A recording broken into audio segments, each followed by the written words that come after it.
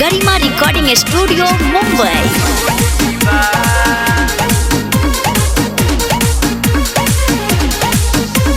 CM विधायक मुखिया जी के हर रंगदारी चल रहो।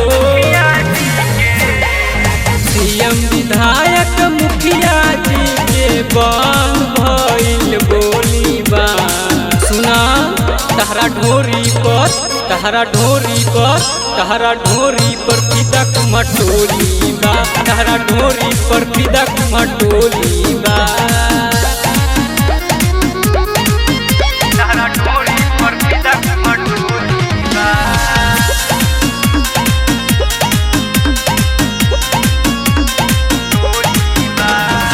अखिया तोहर नीला सीला तेने कपड़ा ढीला हो।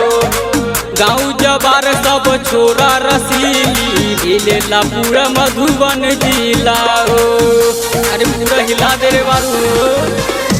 ओठवा से चुअता बेरसवा के धार मन कर चटक रही हम बार बार।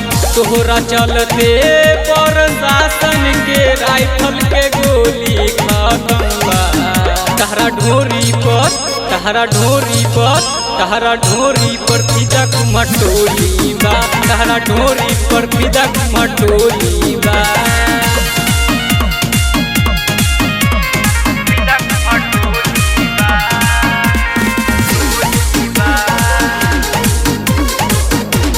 गरिमा रिकॉर्डिंग स्टूडियो मुंबई।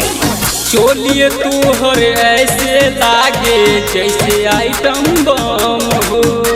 तोहरा ढोरी पर दिल आइल बा राइटर सरवन चंदन। बॉडी के बनावल तोहर लागे हुचे खाला।